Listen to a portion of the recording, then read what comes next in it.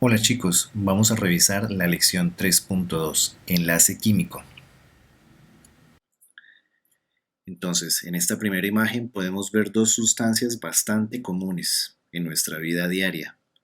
Sin embargo, desde el punto de vista químico, ¿qué diferencias podríamos resaltar? Y al mismo tiempo, podríamos decir el porqué de esas diferencias a partir de su composición elemental. Esta imagen tampoco es nueva para nosotros. Ya habíamos hablado algo acerca del enlace químico, ¿cierto? Y entonces este dice que se refiere a las fuerzas de atracción que mantienen unidos a los átomos en los compuestos. Existen dos tipos principales de enlace. El enlace iónico, resultante de la transferencia neta de uno o más electrones de un átomo o grupo de átomos a otro, y de las interacciones electrostáticas entre cationes y aniones. Enlace iónico, interacciones electrostáticas entre cationes y aniones.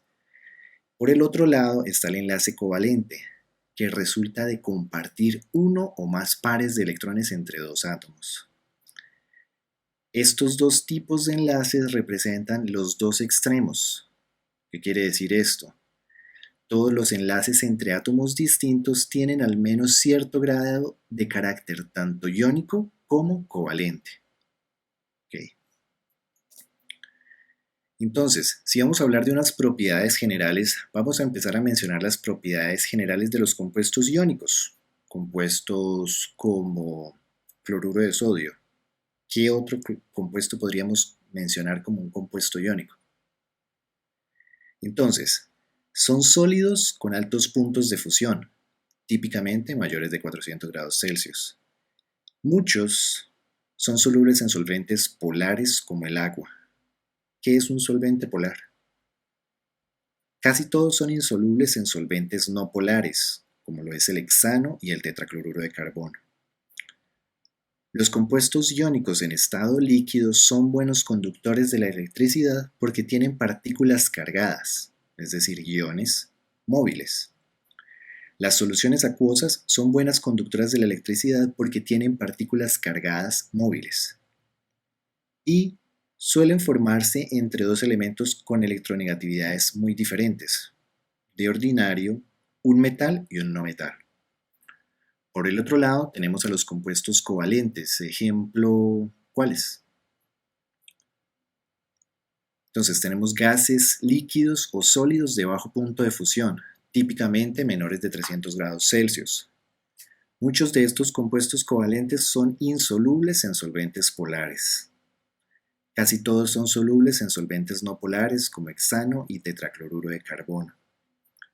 Los compuestos covalentes en estado líquido no conducen la electricidad. Las soluciones acuosas suelen ser malas conductoras de la electricidad porque la mayoría no poseen partículas cargadas. Suelen formarse entre dos elementos con electronegatividad semejante, de ordinario, entre no metales. Los símbolos de Lewis. Los electrones que participan en los enlaces químicos se denominan electrones de valencia, es decir, aquellos que residen en la capa exterior incompleta de los átomos. En 1875, Gilbert Lewis sugirió una forma sencilla de representar los electrones de valencia de los átomos y de seguirles la pista durante la formación de enlaces, teniendo en cuenta que son estos los responsables de eso, la formación de los enlaces. El símbolo de Lewis para un elemento consiste en el símbolo químico del elemento más un punto por cada electrón de valencia. Así tenemos un ejemplo para el azufre, el cual tiene una configuración electrónica de núcleo de neón 3s2-3p4, o sea, tenemos 6 electrones de valencia. Y entonces el símbolo de Lewis va a corresponder a la correspondiente letra del símbolo químico y a un puntico por cada uno de esos electrones, es decir, que vemos a ese azufre rodeado por 6 punticos y de ahora en adelante cada puntico de estos pues representa un electrón. En las representaciones de Lewis, solo los electrones de los orbitales s y p más externos ocupados se muestran con puntos. Estos símbolos no son útiles para los compuestos de metales de transición, los lantánidos y actínidos, debido a que necesitaría usar una gran cantidad de puntos. Dicho esto, entonces vemos que los símbolos de Lewis son bastante comunes y útiles específicamente para los grupos 1A hasta el 8A, es decir, para los elementos representativos de la tabla periódica. Entonces podemos observar el número de electrones de la capa de valencia para el grupo 1A, 1, para el grupo 2A, 2, así sucesivamente, hasta llegar al grupo 8A, donde vemos que todos tienen 8 electrones excepto el helio. Se puede observar entonces la representación de cada uno de esos símbolos de Lewis, donde se especifican los 2 electrones correspondientes, los electrones de manera general, los electrones correspondientes a cada uno de los electrones de la capa de valencia. La regla del octeto. Entonces, sabemos que los átomos con frecuencia ganan, pierden o comparten electrones tratando de alcanzar el mismo número de electrones que los gases nobles más cercanos. Estos gases nobles tienen acomodos de electrones muy estables, y eso ya fue visto cuando hablábamos de las altas energías de ionización que ellos poseen, de la baja afinidad por electrones adicionales y en general por su falta de reactividad química. Entonces, la regla del octeto nos dice que los átomos tienden a ganar, perder o compartir electrones hasta estar rodeados por 8 electrones de valencia. Un octeto de electrones consiste en subcapas S y P llenas de un átomo. En símbolos de Lewis, un octeto puede visualizarse como 4 pares, o sea, lo que yo tengo aquí mostrado, 4 pares de electrones de valencia dispuestos alrededor del átomo. Ahora vamos a empezar a ver el enlace iónico y su formación. Entonces, por un lado, yo tengo una reacción para formar una unidad fórmula de cloruro de sodio. Para eso, entonces tengo sodio en estado sólido y pues tengo una molécula, ¿sí? Una molécula de cloro, la cual corresponde a un gas. Entonces, esto de manera real en un laboratorio lo llevaríamos a cabo, por ejemplo, en un tubo de ensayo el cual contiene al gas cloro. Entonces podemos imaginar a ese gas cloro como estas moléculas diatómicas que yo tengo acá, y puesto que este es un gas, por eso vemos que el tubo de ensayo tiene un tapón. Posteriormente, pues a ese tubo de ensayo con el gas cloro se le adiciona el sodio metálico. Lo vemos aquí, entonces altamente ordenado. Sin embargo, entonces aquí ya vemos una especie de llama o de luz amarilla, ¿cierto? Y finalmente, entonces se observa, una vez terminada la reacción, la formación del sólido correspondiente ahora al cloruro de sodio. Vemos entonces que se han integrado esas moléculas de cloro gaseoso con los átomos de sodio, y entonces tenemos ahora una red cristalina correspondiente a cloruro de sodio. Como podemos ver por este valor o esta energía que corresponde a, entonces este valor negativo corresponde a que es una reacción bastante exotérmica, es decir, que libera energía.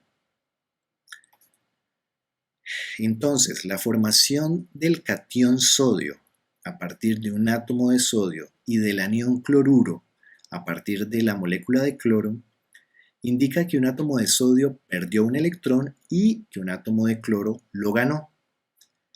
El cloruro de sodio puede considerarse representativo de los compuestos iónicos porque consiste de un metal con baja energía de ionización, como lo es el sodio, y un no metal con una elevada afinidad electrónica, como lo es el cloro.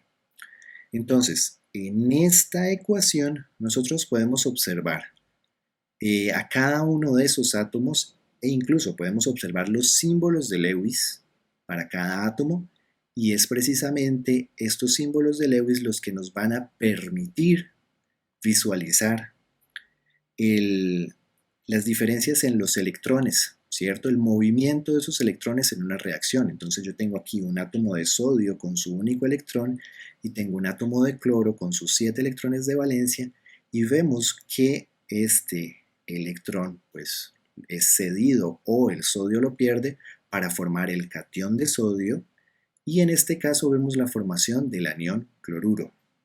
El enlace iónico es la atracción de un gran número de iones con cargas opuestas, cationes y aniones para formar un sólido.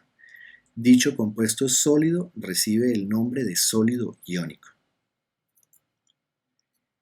Adicionalmente, el enlace iónico puede formarse con facilidad cuando los elementos que tienen baja electronegatividad y baja energía de ionización, como son los metales, reaccionan con elementos que tienen alta electronegatividad y afinidad electrónica muy negativa, como lo son los no metales. Entonces, muchos metales se oxidan con facilidad. ¿Eso qué quiere decir? Que pierden electrones para formar cationes y muchos no metales se reducen con facilidad, es decir, ganan electrones para formar aniones. Por otro lado, podemos ver también los aspectos energéticos de la formación del enlace iónico. Entonces, ¿qué factores hacen que la formación de compuestos iónicos sea tan exotérmica? Recordando lo que observamos para la formación del cloruro de sodio. Por un lado, yo tengo que la eliminación de un electrón del átomo de sodio para formar el catión de sodio requiere 496 kilojoules por mol, que es la energía necesaria para eliminar un electrón del átomo de sodio. Por otro lado, la adición de un electrón al cloro gaseoso para formar el anión cloruro libera 349 kilojoules. Entonces, de esta manera, nosotros podemos observar que el proceso global en realidad correspondería a un proceso endotérmico. Vemos que para eliminar un electrón del sodio se requieren 496 y cuando el cloro adiciona un electrón libera 349. Es decir, que entonces el proceso global en realidad requiere 147 kilojoules por mol. Sin embargo, nosotros observamos que la formación del cloruro de sodio es una reacción exotérmica. Entonces, ¿cómo es posible esto? La razón principal por la que los compuestos iónicos son estables es la atracción entre iones con diferente carga. Entonces, una medida de la estabilización que se alcanza a disponer iones con cargas opuestas en un sólido iónico está dada por la energía de red. Entonces, ¿qué es esta energía de red? Y recordemos que los compuestos iónicos corresponden a eso, a una red cristalina. Entonces, la energía de red es la energía necesaria para separar totalmente un mol de un compuesto iónico sólido en sus iones gaseosos. Entonces, aquí me muestran la energía de red, por ejemplo, para el cloruro de sodio. Yo tengo el cloruro de sodio sólido y entonces voy a determinar la energía necesaria para separar este sólido en sus iones gaseosos, en el catión de sodio gaseoso y en el anión de cloro gaseoso. Entonces vemos que la energía necesaria para realizar esta separación corresponde a 788 kilojoules por mol. Se necesita esta cantidad de energía. Sin embargo, cuando pensamos en la formación del cloruro de sodio, es decir, nosotros estamos pasando de los aniones a la formación del cloruro de sodio.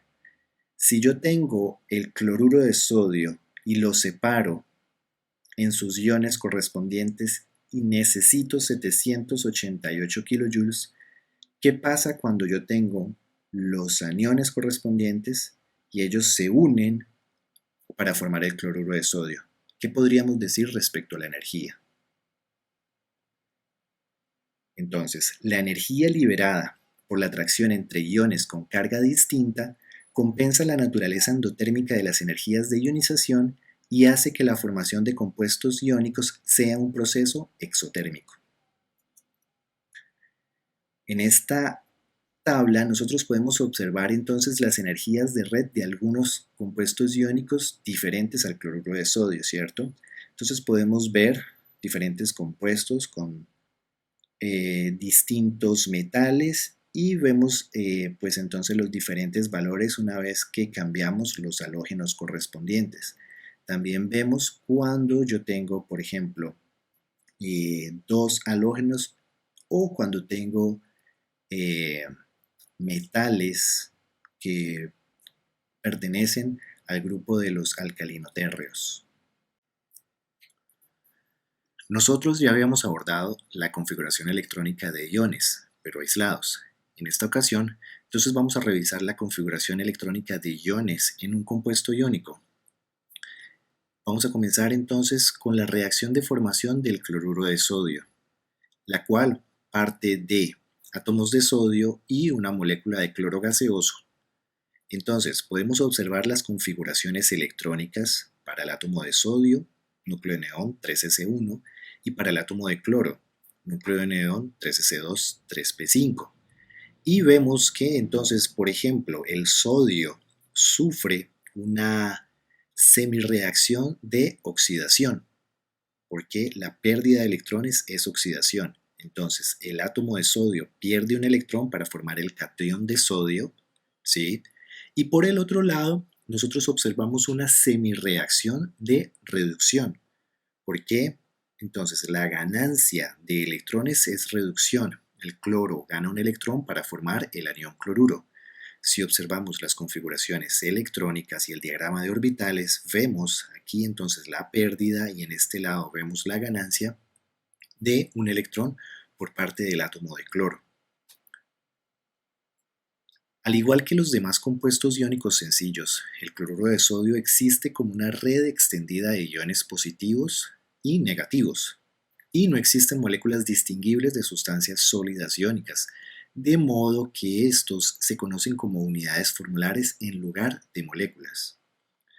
De manera general, se puede representar la reacción entre los metales del grupo 1A, es decir, de los metales alcalinos, con los elementos del grupo 7A, es decir, con los halógenos, de la manera que sigue.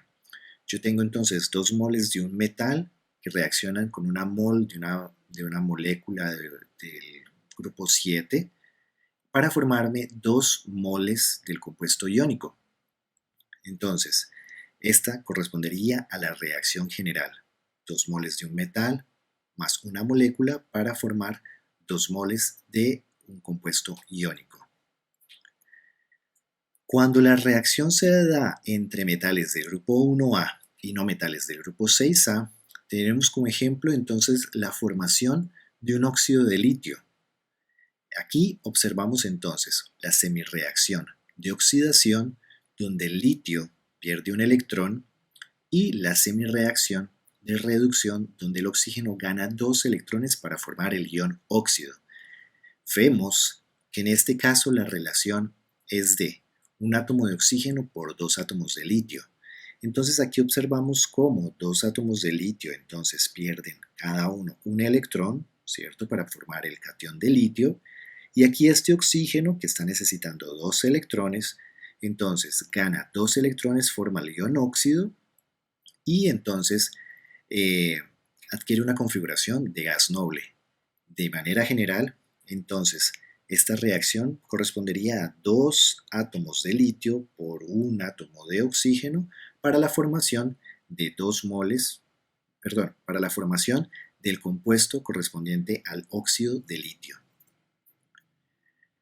Para metales del grupo 2A, es decir, de los metales alcalinotérreos y no metales del grupo 6A, entonces podemos considerar la reacción del calcio con el oxígeno para formar un óxido de calcio.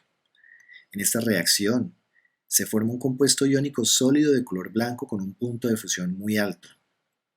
Así, Observamos entonces que el átomo de calcio correspondiente a una configuración electrónica de núcleo de argón 4s2, que reacciona con una molécula de oxígeno donde cada oxígeno tiene esta configuración electrónica, entonces vemos la semirreacción correspondiente a la oxidación, a la pérdida de los dos electrones, y la semirreacción correspondiente a la reducción, correspondiente a la ganancia de los dos electrones por parte del oxígeno. Así, vemos que entonces se necesita un átomo de calcio por un átomo de oxígeno para formar un compuesto iónico de óxido de calcio. Esta explicación también se aplica a los compuestos iónicos que forman todos los metales del grupo 2A con todos los no metales del grupo 6A. Para los iones de los metales de transición D, resulta que la configuración electrónica de estos metales de transición incluye electrones S de la capa más externa y a los electrones D de un nivel inferior, por ejemplo 3D4S de la primera serie de transición del periodo 4. Así observamos, por ejemplo, el átomo de escandio que, cuando sufre una reacción de oxidación, pierde 3 electrones y entonces forma este catión. Para el átomo de zinc, entonces, suele perder 2 electrones, los cuales se pierden del orbital 4s para formar este catión. Pero también existen otros metales de transición que tienen 2 estados de oxidación o más, y entonces observamos el caso del cobalto, que tiene una configuración electrónica de núcleo de argón 4s2 3d7, pero que cuando pierde 2 electrones va a perder los 2 correspondientes a los orbitales 4s, pero si este mismo cobalto pierde 3 electrones, entonces va a perder los 2 correspondientes a los orbitales 4s y 1 correspondiente a un orbital 3d. La mayor parte de los metales de transición tiene más de 3 electrones más allá de un centro de gas noble. Por esto, los metales de transición generalmente no forman iones con configuraciones de gas noble. La regla del octeto, aunque útil, tiene obviamente un alcance limitado. De manera general, entonces nosotros podemos observar en esta tabla una fórmula general para los compuestos iónicos binarios formados entre un metal de los grupos 1, 2 y 3A y los no metales de los grupos 7A, 6A y 5A. Podemos ver entonces la variación entre las fórmulas generales, los iones que están presentes y unos ejemplos específicos. Con relación a la nomenclatura de los compuestos inorgánicos, pues se puede mencionar que se conoce una gran cantidad de sustancias. Sustancias importantes se conocen desde hace mucho tiempo por sus nombres comunes, como el agua y el amoníaco. Sin embargo, estos nombres no tienen una relación estrecha con la composición elemental. Los compuestos orgánicos contienen carbono, por lo regular en combinación con hidrógeno, nitrógeno, oxígeno o azufre, y halógenos en ocasiones. Todos los demás compuestos se denominan compuestos inorgánicos. Sin embargo, algunos compuestos que contienen carbono, como lo son monóxido de carbono, dióxido de carbono, disulfuro de carbono, ion cianuro, ion carbonato, ion hidrógeno carbonato, también corresponden a o están dentro de los compuestos inorgánicos. De manera general, los compuestos inorgánicos se dividirán en dos categorías principales: compuestos iónicos y compuestos moleculares. Comenzando con los compuestos iónicos, entonces tendríamos que mencionar a los iones positivos, es decir, a los cationes. Los cationes que se forman a partir de átomos metálicos tienen el mismo nombre que el metal. Entonces, por ejemplo, este catión de sodio se llamaría ion sodio. El catión de zinc se llama ion zinc y el catión de aluminio se llama ion aluminio. Pero, si un metal puede formar cationes con diferente carga, la carga positiva se indica con un número romano entre paréntesis después del nombre real del metal. Entonces, por ejemplo, hierro 2 más va a ser ion hierro, y entre paréntesis 2 en romanos. El hierro 3 más va a ser el ion hierro 3. Y, por ejemplo, para el cobre más 1, entonces tengo el ion de cobre 1, y para el cobre más 2 tengo el ion de cobre 2. Adicionalmente, existe otro tipo de nomenclatura donde se añaden las terminaciones oso para la menor valencia e ico para la mayor valencia. Entonces, en el caso del hierro tenemos el ion ferroso cuando es hierro más 2 y tenemos el ion férrico cuando estoy hablando del hierro más 3. Y para el caso del cobre, entonces más 1 será el ion cuproso y más 2 será el ion cúprico. Los cationes formados a partir de átomos no metálicos tienen nombres que terminan en io. Ejemplo, el ion amonio, vemos aquí NH4+, y el ion hidronio. Entonces este ion amonio proveniente del amoníaco y este ion hidronio proveniente del agua. De manera general podremos mencionar una tabla de cationes comunes. Con una carga de más 1 observamos al ion hidrógeno, ion litio, ion sodio, ion potasio, ion cesio, ion plata, o este ion poliatómico como lo es el ion amonio y el ion cobre 1 o cuproso. Para cationes con carga más 2, entonces encontramos al ion magnesio, el ion calcio, el ion estroncio, el ion bario, todos ellos pertenecientes al grupo 2A de la tabla periódica, al ion zinc y al ion cadmio. Pero también encontramos a otros metales de transición, por ejemplo, entonces vemos cobalto 2 más o cobaltoso, lo cual nos indica que tenemos el ion cobre o cúprico, y esta terminación también que nos indica, y podemos encontrar otros iones con la valencia 2 más. También iones con carga 3 más, como el ion de aluminio y el ion de cromo o crómico o el ion de hierro 3 o férrico.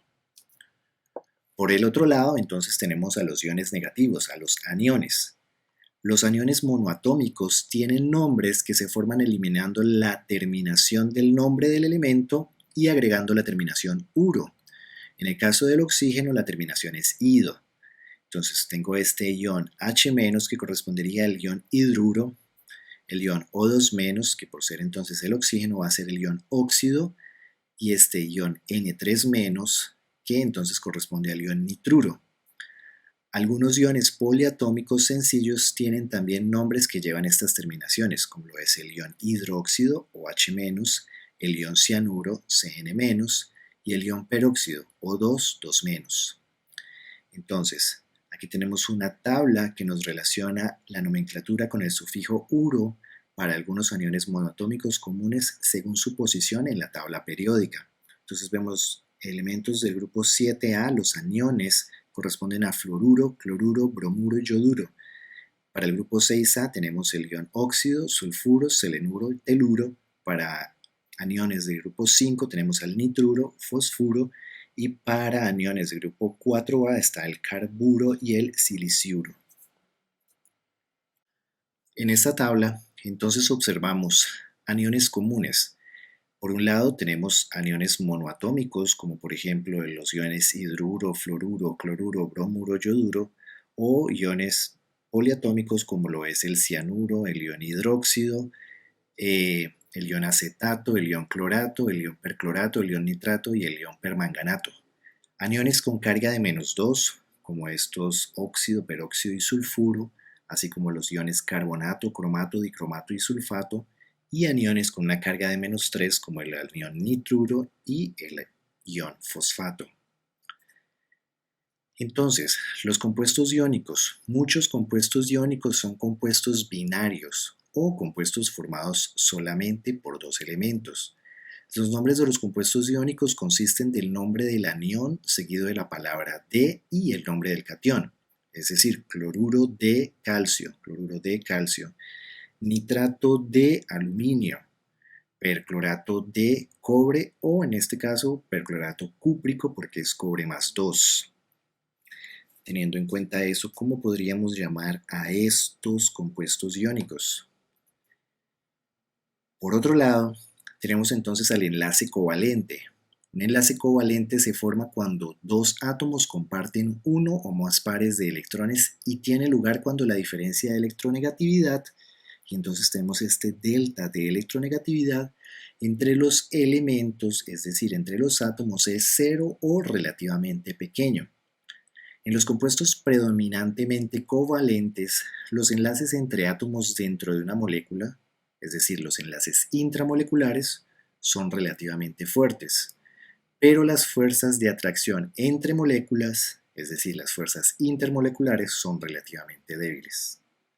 Los puntos de fusión y ebullición de los compuestos covalentes son más bajos que en los compuestos iónicos. Pero entonces ahora vamos a revisar cómo es la formación de los enlaces covalentes, y para eso entonces vamos a ver la reacción entre dos átomos de hidrógeno para formar entonces la molécula diatómica de hidrógeno. En un principio nosotros tenemos dos átomos de hidrógeno, ¿cierto? Dos átomos de hidrógeno, vemos los orbitales S separados por una distancia grande, pero entonces ellos se están acercando. A medida que los átomos se van acercando, la carga positiva del núcleo de un átomo atrae el electrón del otro átomo, que son las flechas azules. Y la densidad electrónica comienza a desplazarse. Entonces ya vemos cómo aquí hay una distorsión, ¿cierto?, de la forma de los orbitales 1s. Al mismo tiempo, las nubes electrónicas de los dos átomos se repelen entre sí y también lo hacen los núcleos de los dos átomos, que son las flechas rojas. Entonces, nosotros podríamos observar aquí como un diagrama de fuerzas, donde yo tengo a los dos núcleos de los dos átomos de hidrógeno, donde este núcleo atrae a los electrones del otro átomo y donde este núcleo atrae a los electrones del primer átomo. Sin embargo, nosotros observamos que también puede haber una repulsión entre los dos núcleos de los dos átomos y una repulsión entre las nubes electrónicas de los dos átomos involucrados. Entonces, lo que podemos observar es entonces una distorsión de esos orbitales 1s y que el par de electrones que está siendo compartido entonces va a tener una región máxima de probabilidad que va a estar dada entonces en este espacio, y aquí lo vemos. De esta manera, entonces la molécula de hidrógeno, los dos electrones pueden estar en la región donde se superponen los dos orbitales 1s. La densidad electrónica es máxima en la región entre los núcleos de los dos átomos. Entonces, yo también puedo analizar la formación de esa molécula de hidrógeno a través de un diagrama de la energía potencial. Entonces, la primera situación era la que teníamos acá, con átomos separados, ¿sí?, donde la fuerza de atracción es débil y pues no hay una formación de enlace. Entonces aquí vemos esta gráfica que nos está relacionando la distancia de los dos átomos, y por este lado entonces vemos un aumento en la energía que está dada en kilojoules por mol, donde observamos que aquí entonces es el cero, correspondiente al cero de energía, y entonces en este punto entonces vemos una energía pues poco negativa, ¿sí? Sin embargo, en la medida que los dos átomos se van acercando, entonces vemos una disminución, ¿cierto?, en esta energía, hasta llegar a un mínimo de energía, que en este caso corresponde a menos 436 kilojoules por mol, y que si revisamos el valor correspondiente a la distancia, corresponde a 0.74 angstroms. En este punto, las fuerzas de atracción y repulsión son iguales, y en este caso estamos hablando de la distribución más estable que tienen estos dos átomos, y entonces aquí hablaríamos de la formación de un enlace. Pero, ¿qué sucede cuando la distancia entre estos dos átomos disminuye? Entonces vemos un aumento en la energía, pero ¿qué pasa entonces? Cuando están demasiado cercanos, dominan las fuerzas de repulsión. Los átomos enlazados están a menor energía, y una menor energía quiere decir más estables que los átomos separados, y efectivamente aquí lo vemos. La distribución más estable corresponde a una distancia de 0.74 angstroms y una energía de menos 436 kilojoules. Cuando la distancia es mayor que este valor, las fuerzas de atracción superan las de repulsión y los átomos se atraen más. Si la separación es menor a los 0,74, las fuerzas de repulsión superan las de atracción, por tanto dominan las de repulsión y la distribución es menos estable. Entonces, el enlace covalente. En los enlaces covalentes entre átomos polielectrónicos solo participan los electrones de valencia. Un ejemplo lo tenemos para la formación de la molécula de flúor, F2. Sabemos que la configuración electrónica del flúor es 1s2, 2s2, 2p5, que tiene 7 electrones de valencia, los cuales están representados aquí por los símbolos de Lewis, ¿cierto? Vemos entonces los 7 electrones de valencia. Sin embargo, para la formación del enlace y para la formación de la molécula solamente vemos la participación de un electrón por cada átomo. Para simplificar, el par de electrones compartido se representa como una sola línea. Para el flúor solo participan 2 electrones de valencia. Los demás se llaman entonces electrones no enlazantes y también son conocidos como pares libres. Entonces vemos aquí los 2 electrones correspondientes a la formación del enlace covalente y estos otros pares que son los pares libres o también llamados electrones no enlazantes. Entonces, ya habíamos discutido los símbolos de Lewis para cada elemento. Ahora vamos a hablar de las estructuras de Lewis. Una estructura de Lewis es la representación de un enlace covalente, donde el par de electrones compartidos se indican con líneas o como pares de puntos entre dos átomos, y los pares libres no compartidos se indican como pares de puntos en los átomos individuales. Aquí tenemos entonces la molécula de hidrógeno, y observamos que comparten entonces un par de electrones, los cuales se simbolizan con esta línea y hablamos de un enlace covalente en la molécula de hidrógeno. También tenemos 2 átomos de cloro, los cuales entonces, a partir de compartir un par de electrones, entonces forman la molécula de cloro y vemos los pares libres o los electrones no enlazantes. De la misma manera, entonces en este caso ya dejamos de hablar de moléculas homonucleares y diatómicas y entonces por ejemplo vamos a ver las estructuras de Lewis para moléculas heteronucleares, por ejemplo el ácido fluorhídrico o el fluoruro de hidrógeno, el agua, el amoníaco y el metano. Entonces, dado los símbolos de Lewis para los elementos nitrógeno y flúor, prediga la fórmula del compuesto binario estable que se forma por la reacción de nitrógeno con flúor y dibuje su estructura de Lewis. Hasta el momento, entonces hemos hablado de la formación de enlaces sencillos, pero vamos a hablar entonces ahora de enlaces múltiples. Al compartirse un par de electrones, se forma un solo enlace covalente, al que se llama enlace sencillo. Cuando se comparten 2 pares de electrones, dibujamos 2 líneas que representan un doble enlace. Entonces tenemos aquí el caso de 2 átomos de oxígeno por un átomo de carbono. Entonces vemos que en este caso se comparten 2 pares de electrones entre un oxígeno y un carbono y de esta manera observamos la formación de un doble enlace. Este átomo de carbono hace lo mismo con el otro átomo de oxígeno y vemos la formación del otro doble enlace, lo cual da lugar a la formación de la molécula de dióxido de carbono. Lo mismo tenemos en este alqueno, ¿sí?, de fórmula molecular C2H4, donde observamos un doble enlace entre los 2 átomos de carbono por el compartimiento de 2 pares de electrones. Por este otro lado, entonces vemos la formación de un enlace triple, y es cuando 2 átomos comparten 3 pares de electrones, como en el caso de la molécula de nitrógeno.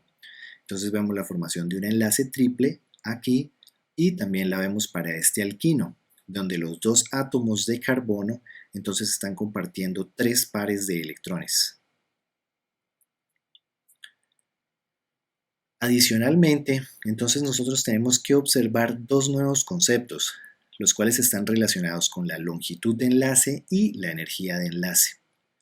En todo enlace covalente existe una distancia internuclear a la cual las fuerzas de atracción y repulsión se equilibran y el enlace es más estable. Esta distancia recibe el nombre de longitud de enlace. A esa distancia, la combinación de los átomos enlazados es más estable en cuanto a energía que la de los átomos separados. Esta diferencia de energía recibe el nombre de energía de enlace. Entonces ya nosotros lo habíamos observado para la formación del enlace covalente en la molécula de hidrógeno. Habíamos visto que cuando los dos átomos de hidrógeno están separados tenían una energía más alta y que en la medida que ellos se empiezan a acercar hay un desprendimiento de 436 kilojoules por mol y entonces vemos la formación de la molécula de hidrógeno. Así, entonces para separar esta molécula entonces se necesitaría absorber 436 kilojoules para obtener de nuevo los átomos aislados.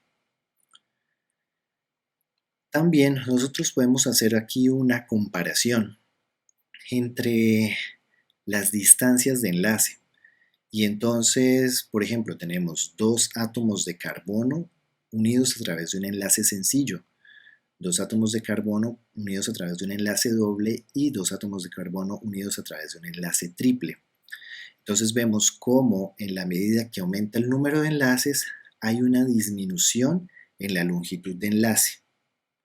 ¿Qué unidades son estas? Entonces tenemos una disminución en la longitud de enlace y vemos que entre más enlaces, entonces la distancia interatómica es menor. Y al mismo tiempo, entonces vamos a ver qué sucede con la energía de enlace. Entonces cuando yo paso de un enlace sencillo a un enlace doble, vemos que pasa de 346 a 602. Esto representa el doble de la energía y un enlace triple representa el triple de la energía de enlace sencillo. Ok. De manera general, entonces yo puedo observar las diferentes energías promedio de enlace, ¿sí?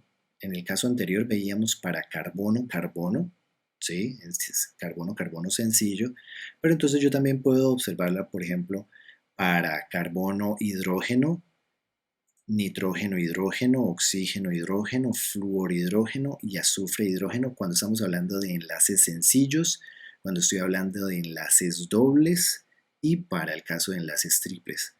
De la misma manera, entonces yo podría hacer una observación acerca de las distancias de enlace promedio cuando yo tengo diferentes átomos. Por ejemplo, la distancia de un enlace carbono-hidrógeno sencillo, la distancia de un enlace doble carbono-nitrógeno y la distancia de un enlace triple carbono-nitrógeno.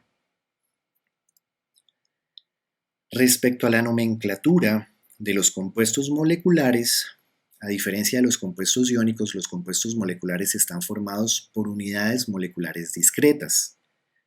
Muchos son compuestos binarios y su nomenclatura es similar a los compuestos iónicos. Entonces tenemos este cloruro de hidrógeno, bromuro de hidrógeno y carburo de silicio. También vemos entonces un tipo de nomenclatura donde relacionamos el número de átomos presentes con los subíndices. Entonces, por ejemplo, vemos el monóxido de carbono, el dióxido de carbono, el dióxido de azufre, el trióxido de azufre, el dióxido de nitrógeno y el tetróxido de 4 de dinitrógeno. Así como vemos el uso de nombres comunes, como este diborano, el metano, el silano, amoníaco, fosfina, agua y sulfuro de hidrógeno. También, entonces, dentro de estos compuestos covalentes están los ácidos y bases. Un ácido se describe como una sustancia que libera iones hidrógeno, iones H+, cuando se disuelve en agua. Y en este caso encontramos a los ácidos hidrácidos. Por ejemplo, entonces tenemos que el cloruro de hidrógeno cuando se disuelve en agua da lugar a la formación del ácido clorhídrico. Por otro lado están los oxidácidos, que son ácidos que contienen hidrógeno, oxígeno y otro elemento que va a ser el elemento central. Entonces tenemos al ácido carbónico, al ácido clórico, al ácido nítrico, ácido fosfórico y sulfúrico, entre otros. Con frecuencia, dos o más oxidácidos tienen el mismo átomo central, pero diferente número de átomos de oxígeno. En relación con los oxidácidos, cuyos nombres terminan en -ico, se utilizan las siguientes reglas para nombrar estos compuestos. Al agregar un átomo de oxígeno al ácido ico, el ácido se llamará perico. Así la adición de un átomo de oxígeno al ácido clórico cambia el nombre de ácido clórico a ácido perclórico. Por otro lado, al quitar un átomo de oxígeno al ácido ico, el ácido se llama ácido oso. Tenemos entonces el ejemplo del ácido nítrico, que cuando pierde entonces un átomo de oxígeno, lo vamos a llamar entonces en este caso HNO2, será el ácido nitroso. Y al quitar dos átomos de oxígeno del ácido ico, entonces el ácido se llamará hipooso. Así cuando tenemos el ácido brómico se convierte en el HBrO, en el ácido hipobromoso. Aquí también podemos observar algunos ácidos sencillos como son el ácido fluorhídrico, clorhídrico, bromhídrico, ácido yodhídrico, ácido cianhídrico y ácido sulfídrico y los aniones correspondientes. Entonces vemos el fluoruro, cloruro, bromuro, yoduro, cianuro y sulfuro.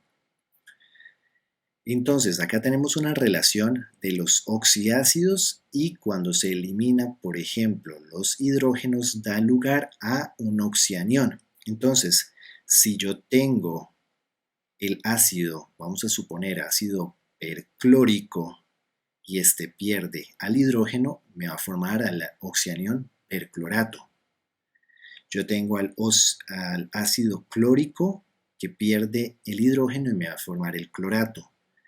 Tengo al ácido cloroso que me va a formar entonces el clorito y al ácido hipocloroso que si pierde el hidrógeno me va a formar el hipoclorito. Las reglas para nombrar oxianiones, que son los aniones de los oxiácidos, que es lo que acabamos de ver en la diapositiva anterior, son las siguientes. Cuando se quitan todos los hidrógenos del ácido ico, el nombre del anión termina en ato. Por ejemplo, el anión CO3 2-, que es derivado del H2CO3, que es el ácido carbónico, se llama carbonato. Cuando se quitan todos los iones H del ácido oso, el nombre del anión termina en ito. Así, el anión ClO2-, derivado del ácido, en este caso el ácido cloroso, se llama clorito. Los nombres de los aniones a los cuales se han quitado uno o más iones hidrógeno, pero no todos, deben indicar el número de iones H presentes.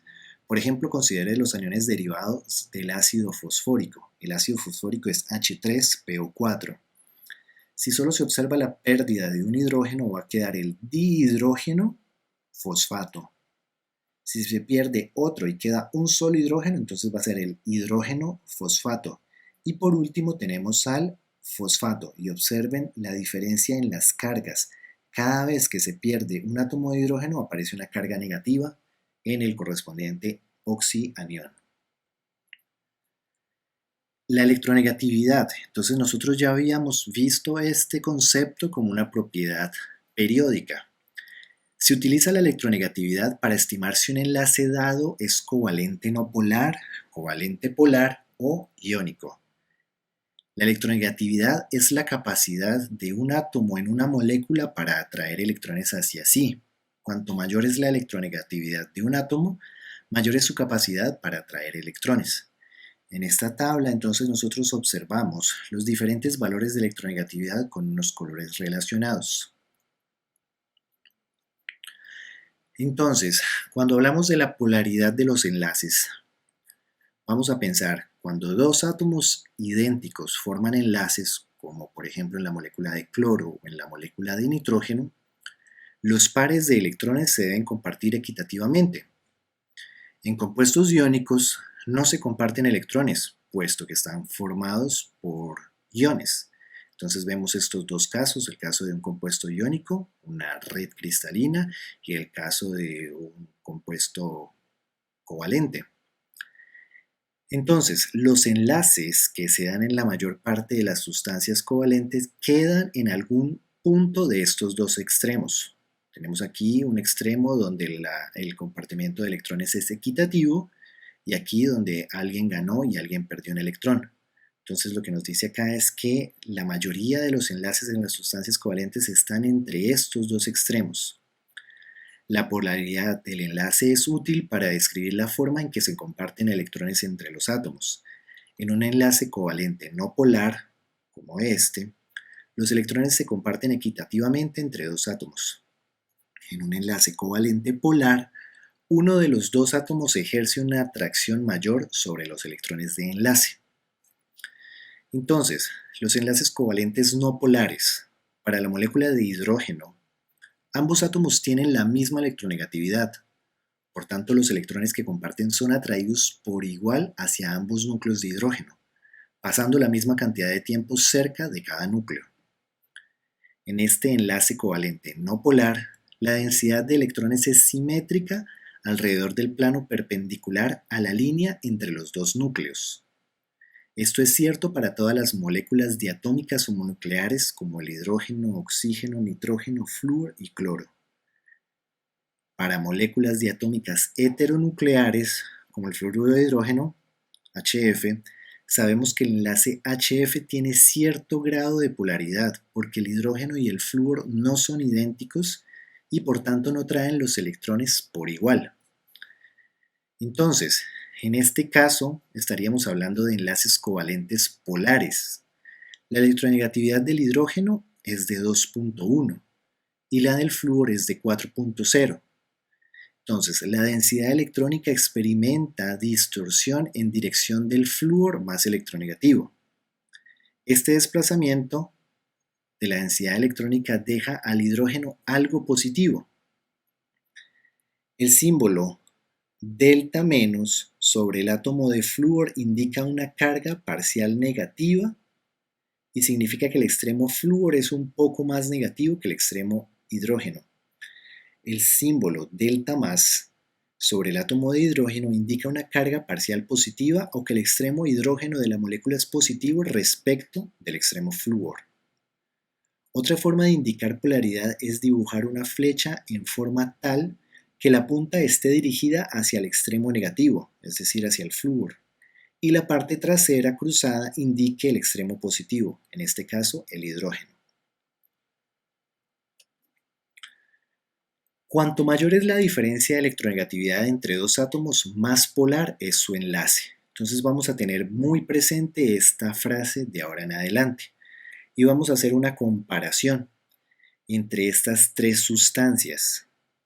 ¿Por qué en este caso no es correcto llamar compuesto a estas tres sustancias? Entonces vemos, para la molécula de flúor, entonces tengo que una diferencia de electronegatividad va a ser igual a 0. Y por ese caso nosotros estaríamos hablando que este tipo de enlace es un covalente no polar. Y aquí vemos cómo efectivamente entonces una molécula de flúor es simétrica. Para el fluoruro de hidrógeno, entonces yo tengo una diferencia de electronegatividad de 4 para el flúor, 2.1 para el hidrógeno, y entonces vemos este valor de 1.9 y en este caso vamos a hablar de un enlace covalente polar. Y aquí vemos entonces la densidad electrónica y vemos unas diferencias. Y para el caso de este fluoruro de litio, entonces la diferencia de electronegatividad es igual a 3.0 y entonces en este caso vamos a hablar de un enlace iónico. De esta misma manera podríamos calcular cuál es el enlace más polar, boro-cloro o carbono-cloro o fósforo-flúor o fósforo-cloro. Indique en cada caso cuál átomo tiene la carga parcial negativa. Entonces, cuando esto sucede, cuando hay una diferencia de polaridad en un enlace, entonces aparece el dipolo eléctrico. La separación de carga en un enlace covalente polar genera un dipolo eléctrico. La palabra dipolo, que significa dos polos, se refiere a los polos positivo y negativo que resultan de la separación de cargas en la molécula. Entonces aquí vemos una serie de hecho es la serie de los ácidos hidrácidos, ¿cierto? Comenzando por el fluoruro de hidrógeno o ácido fluorhídrico, ácido clorhídrico, ácido bromhídrico y ácido yodhídrico.